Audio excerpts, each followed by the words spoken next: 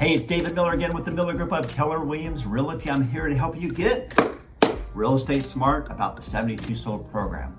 So now we're going into the third phase of it where we're trying to generate offers. This is very, very important. This is very, very different than the traditional way of doing it. Remember, I said the traditional way is you have the buyer's agents that are showing the properties, all right? But a buyer agent is showing the property for the listing agent, which happens most of the time.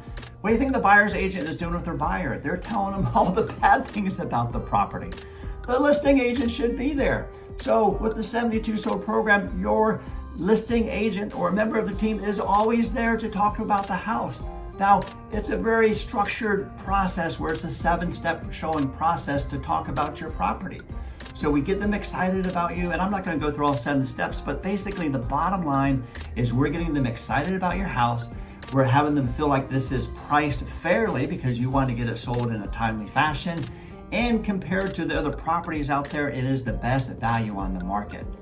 And you want to show them all the special features that you got excited about when you first saw the house. And the other thing that's really important that we like to share with them is the peripherals. What are the peripherals? Peripherals are those items that after you bought the house, you didn't know about until you lived there. A good example is I had a client, we just sold their house, and they said one of those was that they didn't realize that the bus stop was at the end of their street. So they were able to sit on their porch and watch the kids get dropped off by the bus and walk home. That was a huge benefit. Those are things you're not going to know if you're with a buyer's agent.